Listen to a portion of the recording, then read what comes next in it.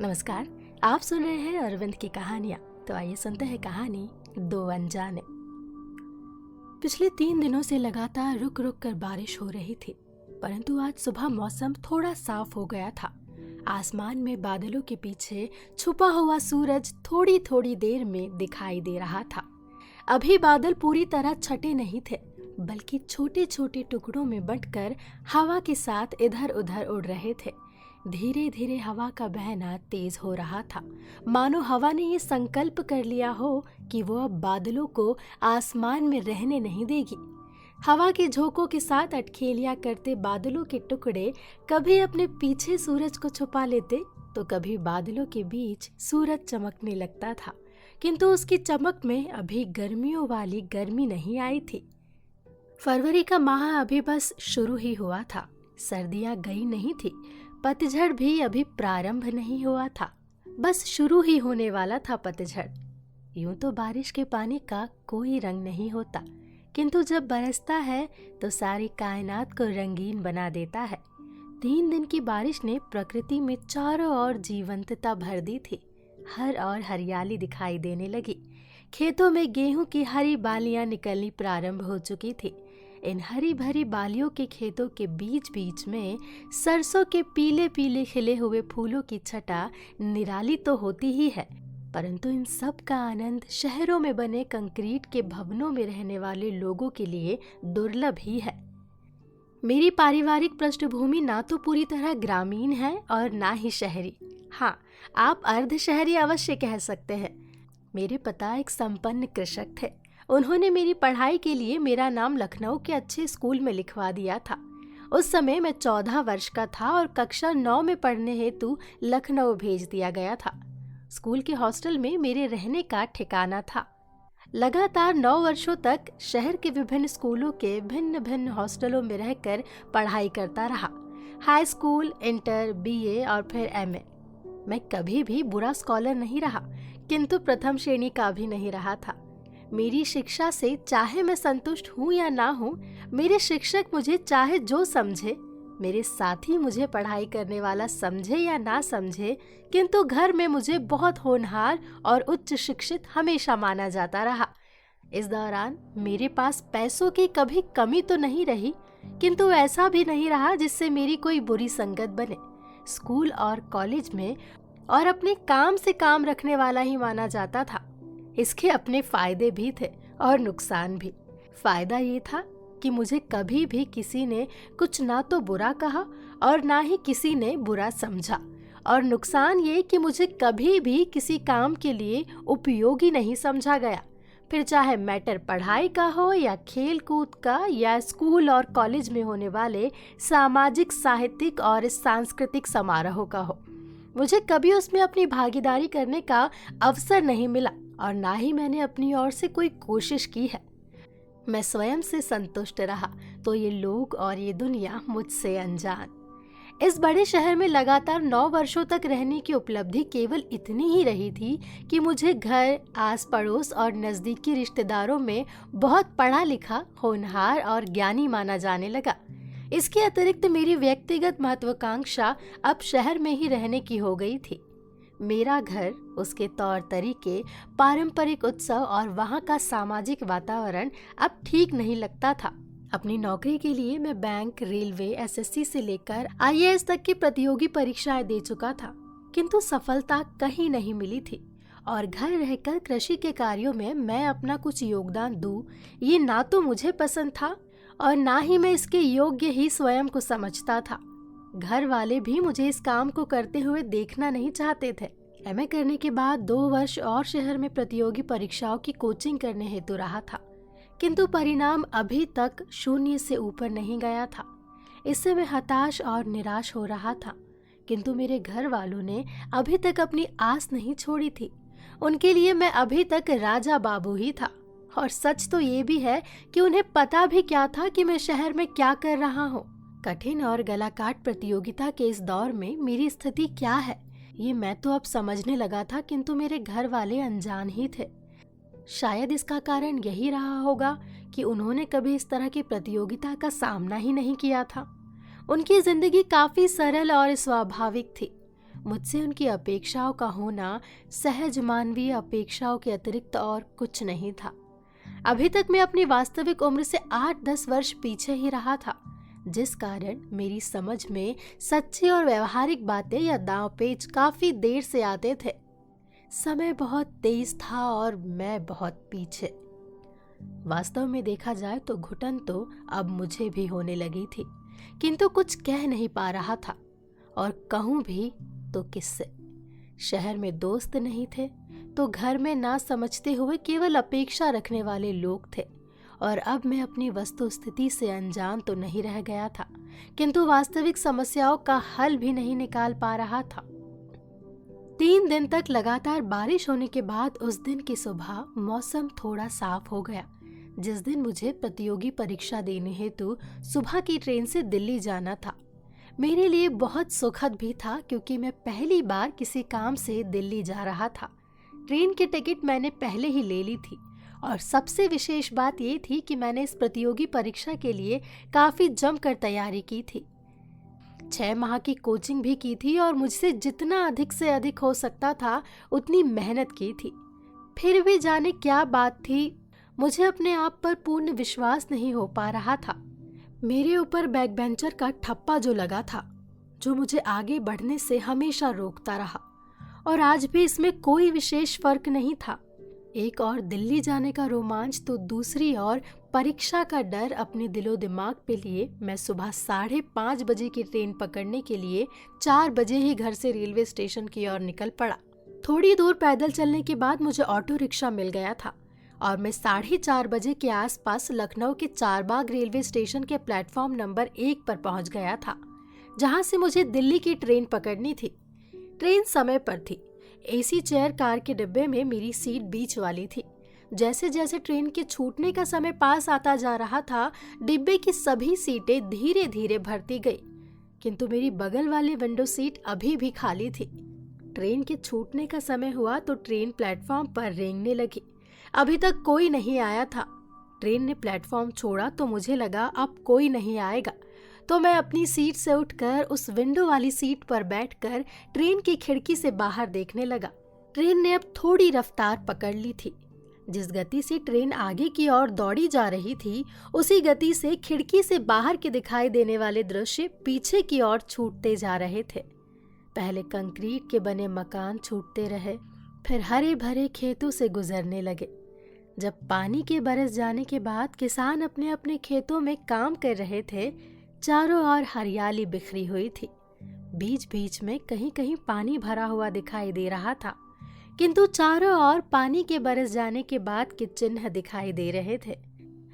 Train की line के किनारे इक्के दुक्के मकान भी थे, और कहीं कहीं छोटे छोटे गांव भी।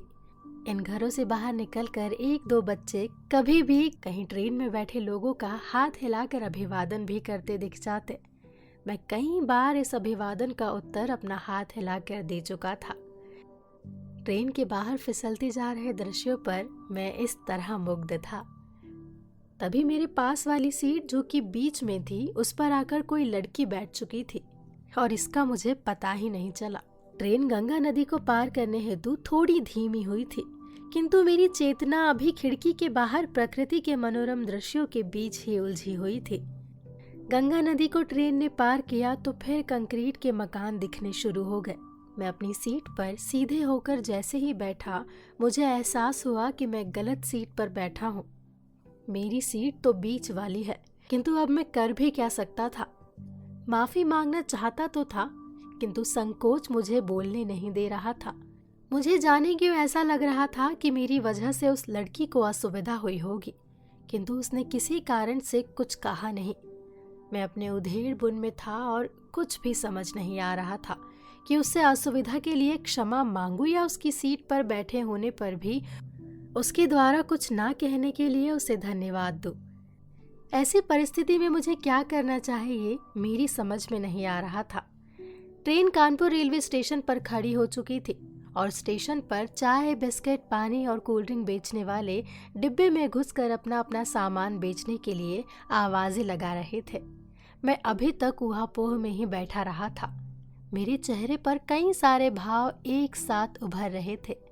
और मैं उन्हें अपनी कोशिश भर दबाने और छिपाने का भरसक प्रयास कर रहा था, किंतु मुझे सफलता नहीं मिल रही थी। मेरी समझ और परिस्थिति को शायद उसने पहचान लिया था और वातावरण को सरल बनाने के लिए उसने सहज ही पूछ लिया, आप कहाँ तक जाएंगे? मैं जानता था कि मैं उसकी सीट पर बैठा हूँ। मैंने सोचा शायद वो मेरी ट्रेन से उतर जाने के बाद अपनी सीट पर बैठने के विषय में जानना चाहती है कि अभी मैं कितनी और देर तक उसकी सीट पर बैठने वाला हूँ। मन में जो विचार चल रहे होते हैं उसी के अनुसार प्रश्नों के उत्तर भी स्वतः ही निकल जाते हैं। अपने मन के विचारों के कारण मैं उसके प्रश्न से विचलित हो गया था। मुझे लगा जैसे मैंने उसकी सीट पर बैठकर कोई बड़ी गलती कर दी हो। अपने आप को अब सहज रख पाने में मैं असफल हो गया था, तो मैंने डरते हुए उत्तर दिया, मुझे माफ़ कीजिएगा, आप काफ़ी देर तक नहीं आई तो मैं आपकी सीट पर बैठ गया था, मैंने कहा और सीट बदलने के लिए खड़ा हो गया। मेरे खड़े होने के उद्देश्य से वो समझ गई थी, ऐसा मुझे लगा।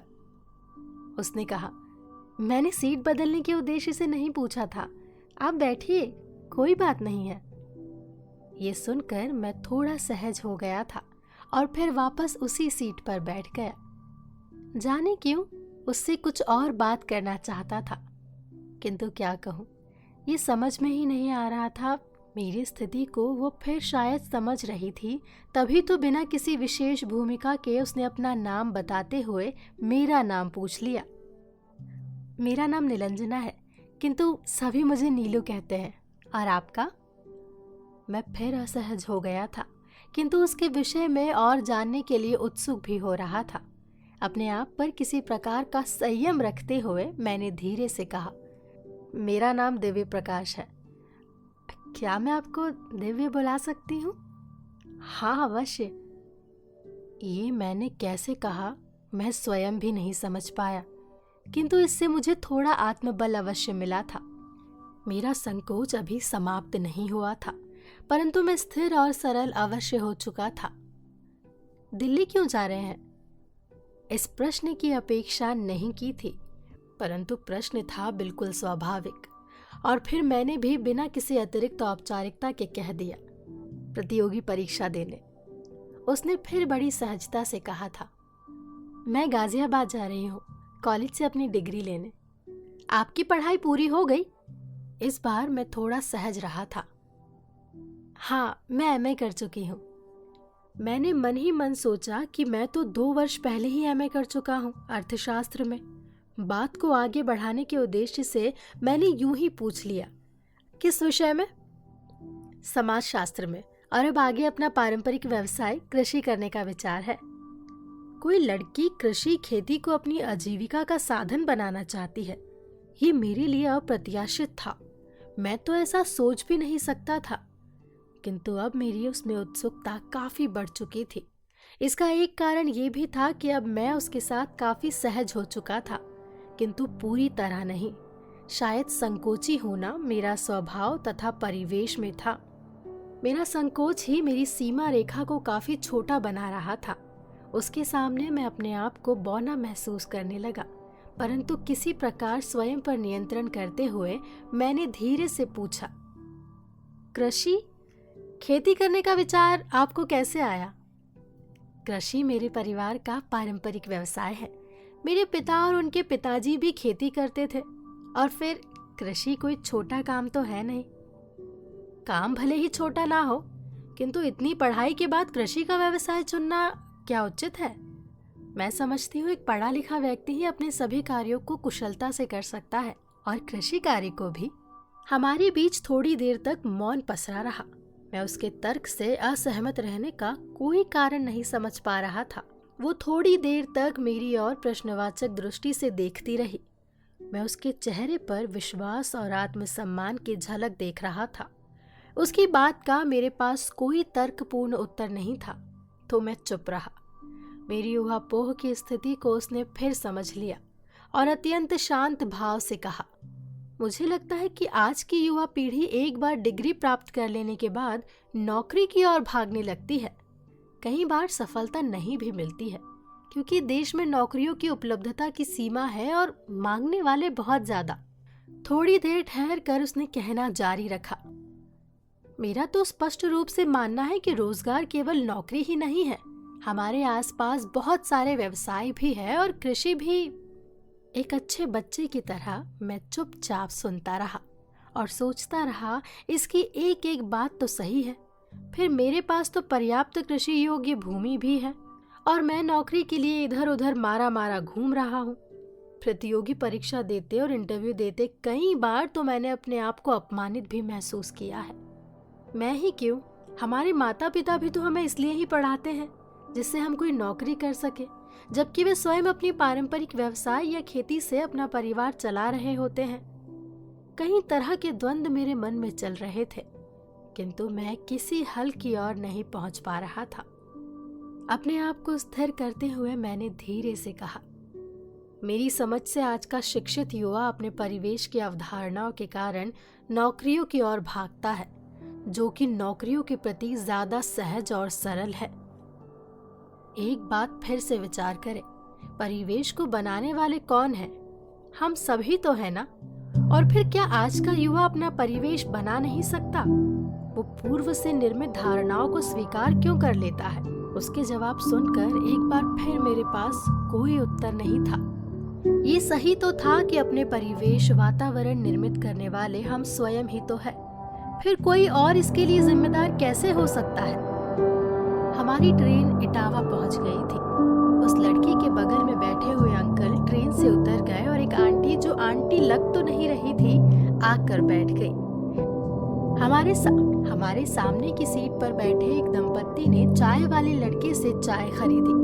चाय वाला लड़का हम दोनों से भी चाय लेने की उम्मीद कर रहा था, किंतु हम चुप रहे तो वो निराश होकर चला गया। प्लेटफॉर्म पर ट्रेन ने रेंगना शुरू किया तो नीलांजना ने अपने बैग से पानी की बोतल निकालकर 2 घूंट पानी पीने के बाद मुझसे पानी के लिए पूछा। मैं अचकचा गया था। मेरे पास पानी नहीं था, किंतु पीने की इच्छा थी। फिर भी अपने संकोच के कारण मैंने संकेत से मना कर दिया तो उसने अपनी बोतल को फिर बैग में रख लिया।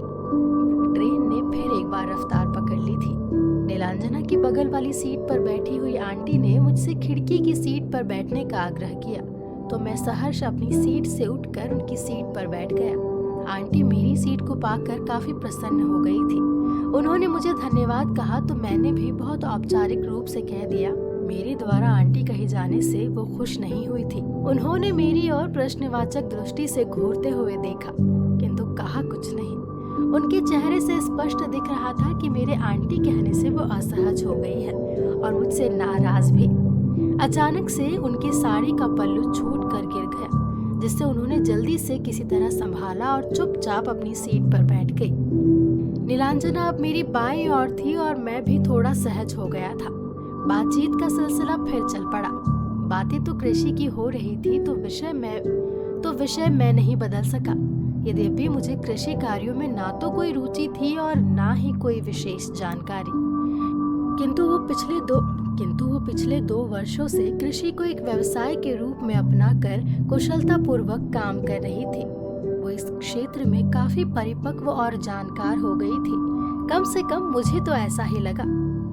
कहते हैं व्यक्ति के सामने कोई समस्या हो तो समाधान के लिए संघर्ष अवश्य करना पड़ता है और संघर्ष व्यक्ति को परिपक्व और अनुभवी बनाता है। असफलताएं सीखने का प्लेटफॉर्म तैयार करती है और सफल होने का रास्ता भी सुझाती है। अब इसे मैं अपना सौभाग्य समझूं या दुर्भाग्य, अभी तक हमारे सामने कोई समस्या ही नहीं आई थी तो समाधान के लिए कोई संघर्ष भी नहीं करना पड़ा था। मैं सोचने लगा, लगभग मेरी ही उम्र की एक लड़की जो मेरे साथ बैठी है, वो देश, समाज, परिवार और अपने पूरे परिवेश को कितनी सच्चाई से समझती है। मैं इसका 1% भी नहीं जानता। अभी तक मेरे सामने अपने देखे हुए सपने नहीं थे। मैं अपने माता पिता और परिवार की महत्वाकांक्षाओं को पूरा करने में ही लगा रहा था, जिसमें भी मुझे अभी तक कोई सफलता नहीं मिली थी। सपने अपने हो तो संघर्ष का मार्ग स्वयं ही दिखाई देता है। ये एक छोटी सी बात है और मैं इसे अब समझ सका हूँ। मुझे विचारों में ही कहीं गुम देखकर सहसा उसने मेरे हाथ को पकड़कर झंझोरते हुए पूछा, दिव्य कहाँ खो गए तुम? अचानक से पूछे गए इस सवाल के जवाब में क्या कहूँ कुछ समझ नहीं आया, तो मुंह से अनायास ही निकल गया, ये नहीं हो सकता दिव्य, आप कहीं खो गए थे। सीट पर अपनी स्थिति को बदलकर अब मैं कुछ और सहज हो गया तो मैंने धीरे से उत्तर दिया, कृषि के व्यवसाय के संबंध में आपकी बातों से मैं काफी प्रभावित हो गया था और सोचने लगा था कि मैं नौकरी की ओर ही क्यों भाग रहा हूँ। नौकरी पाने के लिए प्रयास करना बहुत बुरा नहीं है दिव्य, मेरा तो बस इतना मानना है कि देश में नौकरियों की सीमा है, जबकि दूसरी ओर कृषि और व्यापार एवं अन्य में अपार संभावनाएं हैं। तो केवल नौकरी के लिए अंधी दौड़ क्यों? अपने माता पिता की आशाओं और अपेक्षाओं को पूरा करने हेतु अक्सर हमारे माता पिता हमसे वो प्राप्त करने की अपेक्षा करते हैं जो वे स्वयं नहीं प्राप्त कर सके होते हैं। नीलांजना की बात सही थी, मैं सहमत था, क्योंकि मैं भी अपने माता पिता की अपेक्षाओं को पूरा करने में ही लगा रहा और कभी अपनी कोई महत्वाकांक्षा, कोई उद्देश्य, अपने भविष्य के लक्ष्यों की कोई दिशा या रूपरेखा का निर्माण नहीं कर सका था। यही कारण है कि अभी तक भटकता ही रहा, पर बिना किसी निश्चित और निर्धारित योजना और सपने के। दिव्य, मुझे विचारों में खोया हुआ देखकर उसने मुझे फिर से पुकारते हुए कहा, लक्ष्यहीन जीवन का कोई मतलब नहीं है और इधर उधर चारों ओर भटकने को जीवन नहीं कहा जा सकता। उसके बाद से मैं पुनः वास्तविक दुनिया में लौट आया तो फिर मैंने कहा, बात तो आपकी ठीक है, किंतु हम जैसे अधिकतर दिशाहीन युवा समाज या परिवार द्वारा पूर्व से ही खींची हुई लकीरों पर चलने के लिए बाध्य है। हमारी जिंदगी अपनी है तो फिर हमारे रास्ते और लक्ष्यों की लकीरें खींचने का अधिकार कोई और क्यों ले? यही बात समझाने वाला अभी तक मुझे कोई मिला नहीं था। ये समझना भी आपकी अपनी जिम्मेदारी है और किसी और को क्या हक है कि वो हमें समझाए? बात तो ये भी ठीक थी और मेरे पास इसका कोई उत्तर नहीं था और मैं फिर ट्रेन के डब्बे में इधर उधर देखने लगा। हर कोई अपने आप में सिमटा हुआ बैठा था। एक दो लोग आपस में बातें कर रहे थे। ट्रेन अपनी गति से चली जा रही थी। हमारे सामने की सीट पर बैठे हुए दंपत्ति हमारी बातों को बहुत ध्यान से सुन रहे थे। इसका मुझे एहसास हुआ। मुझे अपनी ओर देखता हुआ देखकर वे खिड़की से बाहर की ओर देखने लगे। मैं नहीं चाहता था कि कोई हमारी बातों को सुने और सुनना भी नहीं चाहिए, परंतु चलती हुई ट्रेन में आमने सामने बैठे हुए लोगों को ना तो हटाया जा सकता है और ना ही कुछ सुनने से रोका जा सकता है। अपने अंदर साहस बटोरते हुए मैंने सहसा पूछ लिया, आपने कृषि कार्य या व्यवसाय को ही कैसे और क्यों चुना? मेरे पिताजी के पास विरासत में मिले कुछ खेत थे, किंतु उससे हमारे परिवार का पालन पोषण ठीक से नहीं हो पाता था। पिताजी गांव के उन लोगों के खेत जो स्वयं कृषि कार्य नहीं करना चाहते थे, उनसे उनके खेतों को बटाई पर, जिसे आज की भाषा में कॉन्ट्रैक्ट कृषि कह सकते हैं, को लेकर अपना काम चलाते थे। फिर 2 साल पहले मैं पढ़ लिख कर बड़ी हो गई तो सोचा क्यों ना पिताजी के इसी कार्य को आधुनिक तरीके से किया जाए। फिर क्या था, केवल शुरुआत करने की देर थी। पहले वर्ष से ही अच्छी आमदनी शुरू हो गई। अब मेरा परिवार भी प्रसन्न है और वे भी जिनके खेत हमने बटाई या कॉन्ट्रैक्ट पर ले रखे हैं, उन्हें भी अब पहले से बेहतर इनकम प्राप्त होती है। मैं सोचने लगा, मेरे पास तो अपने खेत हैं और हम नौकरी के लिए इधर उधर मारे मारे घूम रहे हैं। तुम जानते हो देव, उसकी आवाज में एक अजीब सा आकर्षण था। मैं पुनः उसकी ओर अज्ञात आशा, उत्साह और जिज्ञासा से देखने लगा, किंतु नीलांजना ने कहना जारी रखा, जिसे कर्म करना और जीना आता है वो बिना किसी सुविधा के भी खुश मिलेगा, और जिसे जीना नहीं आता वो सारी सुविधाओं के होते हुए भी दुखी मिलेगा, क्योंकि आनंद एक एहसास है जिसके साथ आप कुछ और बांध नहीं सकते और ना ही उसके बदले कुछ और प्राप्त कर सकते हैं। इस दुनिया में रोशनी की हदें अंधेरा तय करता है नीलू। मेरे मुंह से अनायास बिल्कुल बेफिक्री से निकले नीलू उच्चारण से मैं स्वयं भी हतप्रभ हो गया था। ना जाने क्यों और कैसे मैं अचानक उसके सामने अनौपचारिक हो गया, किंतु वो एकदम सहज ही रही थी और विश्वास पूर्वक उसने उत्तर दिया, रोशनी को जीने और बढ़ने के लिए हर पल और लगातार अंधेरे से लड़ना पड़ता है। और रोशनी कभी नहीं हारती। फिर परिस्थितियां, समय और अवसर चाहे जो भी हो। उसने मेरी ओर प्रश्न भरी दृष्टि से देखा, मेरे चेहरे के भावों को पढ़ने की कोशिश की। मैं आश्चर्यचकित था और उसी की ओर अपलक देखे जा रहा था। उसने कहना जारी रखा, कभी कभी हम जिसे अभागा समझते हैं वो ईश्वर का भेजा गया वो भरोसेमंद प्राणी है जिसे ईश्वर इस विश्वास से भेजता है कि इसे कुछ भी खैरात देकर मत भेजो, ये सब कुछ स्वयं प्राप्त कर लेगा अपने पराक्रम से। कोई भी महान व्यक्ति अवसरों की कमी के बारे में शिकायत नहीं करता दिव्य। उसकी निस्वार्थ जीवंतता और उत्साह से भरी बातें सुनते हुए मैं अपलक उसकी ओर देखता रहा था। थोड़ी देर मौन रहने के बाद नीलांजना ने फिर कहना शुरू किया, दिव्य तुम अच्छे से जानते हो कि मनुष्य इस जागृत प्रकृति की सबसे अनुपम कृति है। सदैव प्रसन्न रहने, संपन्न होने, प्रेम और उत्साह के सागर से हमेशा भरे रहने के लिए ही प्रकृति ने उसकी रचना की है। एक मिनट ठहर कर सोच कर देखो, तुम्हारे पास दुखी रहने, परेशान रहने या फिर उन्माद में जीने का एक भी कारण नहीं है। हमारे कार्य या कर्म ही समाज में हमारी पहचान को बनाते हैं और कोई भी कार्य छोटा या बड़ा नहीं होता, किंतु कार्य के परिणामों से हमारी पहचान बनती या फिर बिगड़ती है। यही हमें छोटा या बड़ा भी बनाती है। फिर हमारे कार्यों के परिणाम पूरे समाज को दिशा देने वाले भी बन सकते हैं। तुम्हारे पसंद के कार्यों को करने का यदि अवसर तुम्हें नहीं मिलता है तो एक बार उस कार्य को भी करो जिसे तुम पसंद नहीं करते हो सकता है उस कार्य के परिणाम तुम्हारी जिंदगी की दिशा और दशा को बदल दें। हम सब संभावनाओं से भरे हुए जीवन को जी रहे हैं। सफलता कोई स्थान नहीं है, बल्कि ये एक निरंतर चलने वाली प्रक्रिया का नाम है।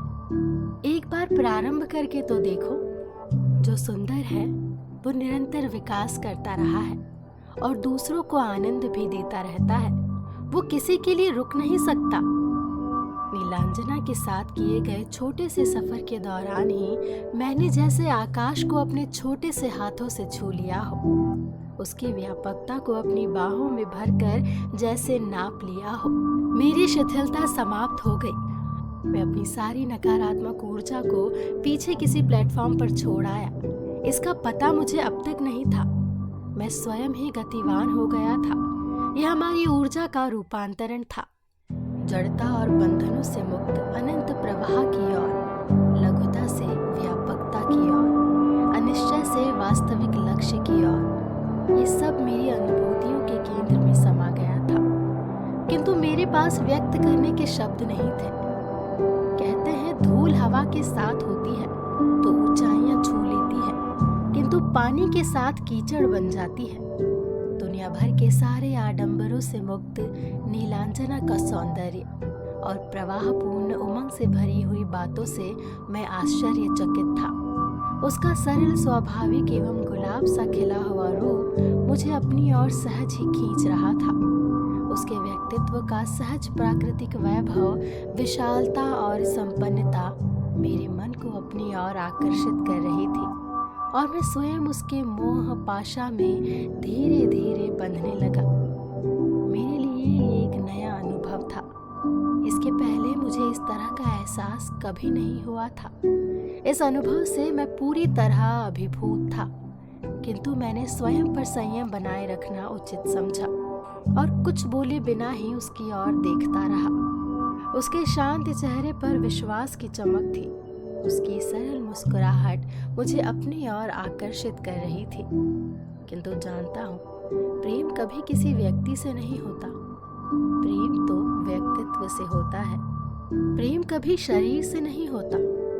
वो तो आत्माओं का विषय है और आत्मा की तरह ही प्रेम कभी भी नहीं मरता। और जो मरता है, निसंदेह वो प्रेम नहीं, प्रेम का भ्रम है। ओशो ने कहा है, जिंदगी में कोई अच्छा लगे उसे सिर्फ चाहना, प्यार मत करना, क्योंकि प्यार खत्म हो जाता है, लेकिन चाहत कभी खत्म नहीं होती। मैंने सोचा कोई भी मतलबी रिश्ता कोयले की तरह होता है। जब गर्म होता है तो हाथ जला देता है और ठंडा होता है तो भी हाथ काले कर देता है। मैं अपने को मतलबी साबित करना नहीं चाहता था और वर्षों तक भटकने के अनुभवों के आधार पर मैं इतना तो समझ ही रहा था कि किसी लड़की को यूं ही बिंदास मान लेना शिष्टतापूर्ण या मर्यादापूर्ण आचरण नहीं है। किंतु नीलांजना का मेरे जैसे हमउम्र लड़के के साथ इतनी सहजता से अनौपचारिक और बेपरवाह हो जाना भी कोई सरल काम नहीं था। कुछ तो विशेष था ही उसमें जिस पर मैं अनजाने में ही मुग्ध हो गया था। साधारण से दिखते हुए भी वो असाधारण थी, स्निग्ध, उन्मुक्त और स्वतंत्र, जिस पर स्वयं तो आकर्षित हुआ जा सकता है किंतु जिसे किसी भी प्रकार के प्रलोभन से आकर्षित किया नहीं जा सकता। अतः चुप ही रहा। ट्रेन धीरे धीरे गाजियाबाद रेलवे स्टेशन पर खड़ी हो चुकी थी। नीलांजना ने अपना बैग उठाया और मुझे बाय कहते हुए ट्रेन से बिल्कुल साधारण तरीके से ऊपर गई, जैसे उसकी किसी से मुलाकात ही ना हुई हो। मैं दूर तक अपलक अपने हृदय में गुलाब के खिले हुए फूलों की तरह उसके साथ की सुगंध को समेटे उसे दूर तक जाते हुए देखता रहा। आज 5 वर्ष बीत चुके हैं, मगर कहते हैं ना कि यादें खुशबू की तरह होती है। चाहे कितनी भी खिड़की दरवाजे बंद कर लो, हवा के झोंके के साथ अंदर आ ही जाती है। उसने कहा था, अगर हारने से डरते हो तो जीतने की इच्छा कभी मत रखना। नीलांजना के इस बात को मैंने गांठ बांधकर हमेशा के लिए अपने हृदय में सुरक्षित रख लिया था, क्योंकि दुनिया के सभी गहरे अनुभव सिर्फ हृदय से होते हैं, बुद्धि से नहीं। कुछ लोग जिंदगी होते हैं और कुछ लोग जिंदगी में होते हैं। कुछ लोगों से जिंदगी होती है और कुछ लोग होते हैं जो जिंदगी बन जाते हैं। मैं जानता हूँ नीलांजना के साथ ट्रेन में बीते हुए लम्हे वापस आने वाले नहीं, किंतु वो प्यार ही क्या जो प्राप्त हो जाए। प्यार वो जो दिल की धड़कनों में शहद सा पलकर सुलगता रहे, दीपक सा रोशनी फैलाता रहे और अनुभूतियों में घुलकर मन को सदा प्रफुल्लित रखे।